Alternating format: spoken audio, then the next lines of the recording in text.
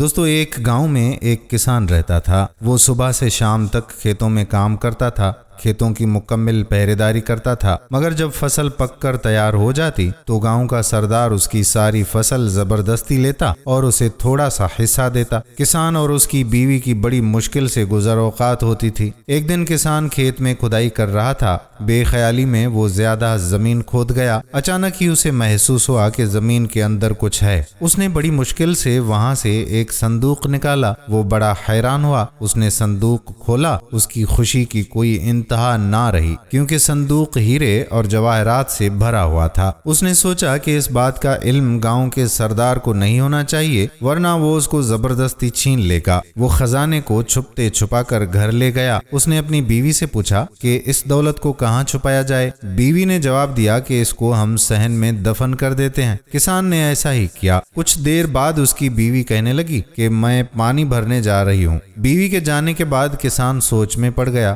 وہ اپنے دل میں کہنے لگا کہ میری بیوی اس دولت کا ذکر دوسری عورتوں سے ضرور کرے گی اور پھر اس راز کا علم سردار کو بھی ہو جائے گا۔ یہ خیال آتے ہی کسان اٹھا اور ہیروں سے بھرا صندوق صحن سے نکالا اور گھر سے باہر ایک خفیہ جگہ میں دفن کر دیا اور واپس آ کر گھر بیٹھ گیا۔ جب اس کی بیوی گھر آئی تو اس نے سنجیدگی سے کہا کہ کل ہم جنگل سے مچھلیاں پکڑ کر لائیں گے۔ بیوی نے حیران ہو کر کہا کہ مچھلیاں اور جنگل سے؟ خوشی سے تمہارا دماغ تو خراب نہیں ہو گیا؟ کسان مسکرا کر بولا کہ کل جب تم جنگل جاؤ گی تو خود دیکھ لینا۔ اگلے دن کسان سورج نکلنے سے پہلے گھر سے نکلا اور گاؤں کے مچھیرے سے بہت ساری تازہ مچھلیاں خرید کر لایا۔ اس نے تندور کی روٹیاں بھی خریدیں اور جنگل کی طرف چل پڑا۔ وہ وہاں ایک جگہ دیکھ کر اس نے مچھلیاں زمین پر پھیلا دیں اور کچھ آگے جا کر درختوں پر روٹیاں لٹکا دیں۔ یہ سب کام کر کے وہ گھر واپس آ گیا۔ اس کی بیوی ابھی تک سو رہی تھی۔ جب سورج نکلا تو کسان اپنی بیوی کو لے کر جنگل کی طرف چل پڑا۔ اس کی بیوی نے زمین پر مچھلیاں دیکھیں تو حیران رہ گئی۔ پھر اس نے سب مچھلیوں کو اپنی ٹوکری میں رکھ لیا۔ آگے جا کر درختوں پر روٹیاں دیکھیں تو کسان سے کہنے لگی کہ درختوں پر روٹیاں لگی ہوئی ہیں۔ کسان نے کہا کہ یہاں روٹیوں کی بارش ہوتی ہے، کچھ روٹیاں درختوں پر اٹک جاتی ہیں۔ اس کی بیوی بڑی حیران ہو رہی تھی۔ کسان اور اس کی بیوی کے دن پھر گئے تھے۔ اب وہ پہلے سے زیادہ اچھا کھاتے تھے۔ تھوڑے دن بعد ہر طرف یہ بات پھیل گئی کہ کسان کو کوئی خزانہ مل گیا ہے۔ اب یہ راز بھی نہیں رہا تھا۔ ہر کوئی جانتا تھا کہ خزانہ اس نے گھر کے صحن میں چھپا رکھا ہے۔ پھر بھلا یہ بات سردار سے کیسے چھپی رہ سکتی تھی؟ پہلے اس نے کسان کی بیوی کو اور پھر کسان کو اپنے ہاں بلوایا۔ کسان جب سردار کے پاس گیا تو سردار نے کہا کہ کیا یہ سچ ہے کہ تمہیں ہیرے جواہرات سے بھرا صندوق ملا ہے؟ کسان نے حیرت کا اظہار کرتے ہوئے کہا کہ یہ بالکل جھوٹ ہے۔ سردار نے گرج کر کہا کہ تمہاری بیوی مجھے سب کچھ بتا چکی ہے۔ کسان نے ہاتھ جوڑ کر کہا کہ میری بیوی کا تو دماغ خراب ہو گیا ہے، یہ تو آج کل الٹی سیدھی باتیں کرنے لگی ہے۔ جب کسان کی بیوی نے یہ سنا کہ اس کا شوہر اسے پاگل کہہ رہا ہے تو وہ غصے سے بولی کہ حضور،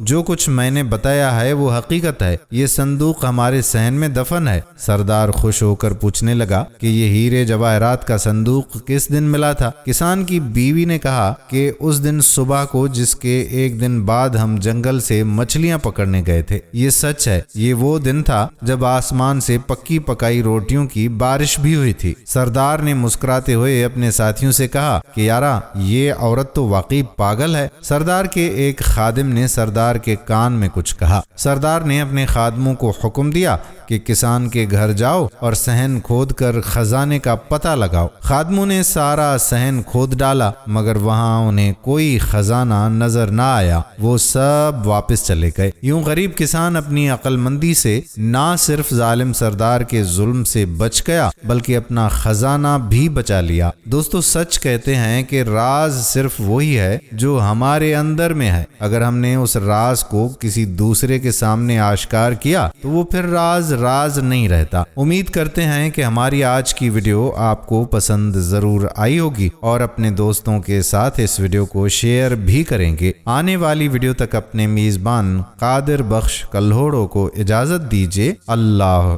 حافظ۔